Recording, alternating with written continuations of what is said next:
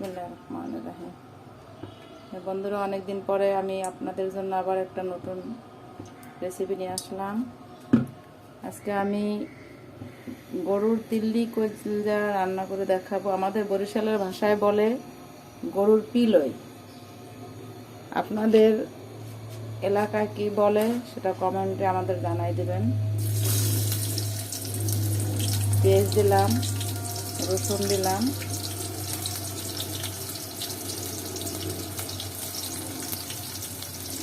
রসুনের পরিমাণ মতো পেঁয়াজ রসুন দিলাম,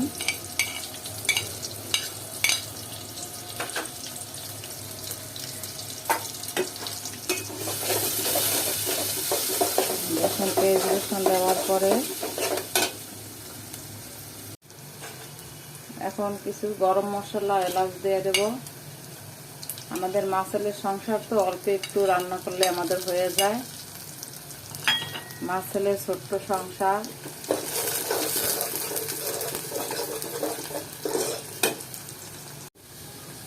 এখন আদা রসুন আর সাথে একটু জিরা বাটা, তিনটায় একসাথে করে আমি ব্লেন্ডার করেছি।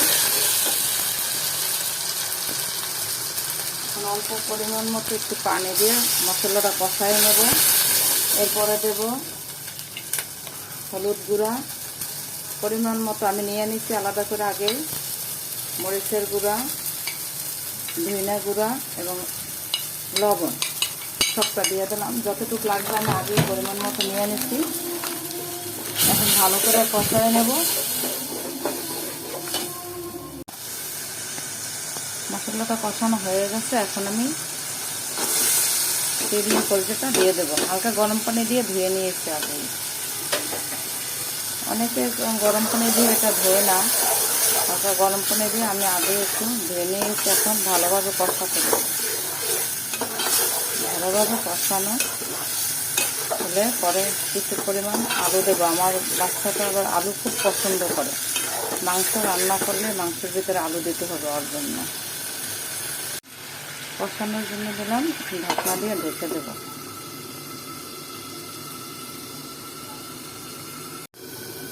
ঢাকনাটা তুলে একটু নাড়া দিয়ে নেব। নাড়া দিয়ে কিছুক্ষণ পরে আলুগুলো দিয়ে দেবো। আবার একটু ঢেকে দেবো। একটু কষানো ঢেকে দেবো। ঢাকনাটা তুলে একটা কষানো হয়েছে, আলুগুলো দিয়ে দেবো। আলুগুলো দিয়ে ভালোভাবে নেড়ে ছেড়ে নেব।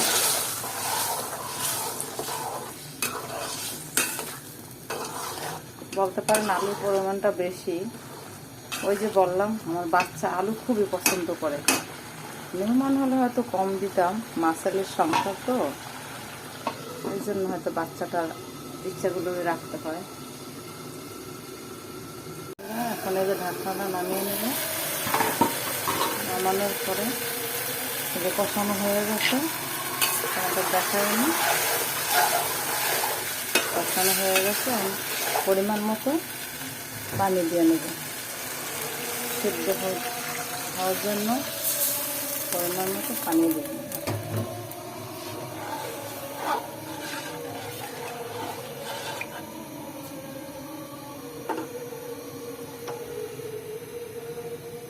আবার একটু ঢেকে দেবো বলকা আসা পর্যন্ত। বন্ধুরা, আমার তিল্লি কলজা রান্না শেষ হয়ে গেছে। এখন একটু জিরার গুঁড়া দিয়ে নামিয়ে ফেলবো।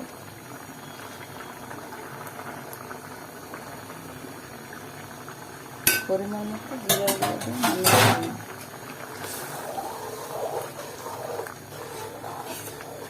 আলু দেওয়া তো জলটা করে টেনে নেব আলুটা। আমার রান্নাটা কেমন হলো কমেন্টে সবাই জানাবা। আমি সুন্দরভাবে রান্না করতে পারি না, আস্তে আস্তে হয়তো হয়ে যাবে। তোমাদের কেমন লাগছে কমেন্টে জানাবা। আর এটাকে আমাদের বরিশালের ভাষায় তিল্লি কলজা বলে। তোমাদের এলাকায় কি বলে কমেন্টে লিখে জানাবে।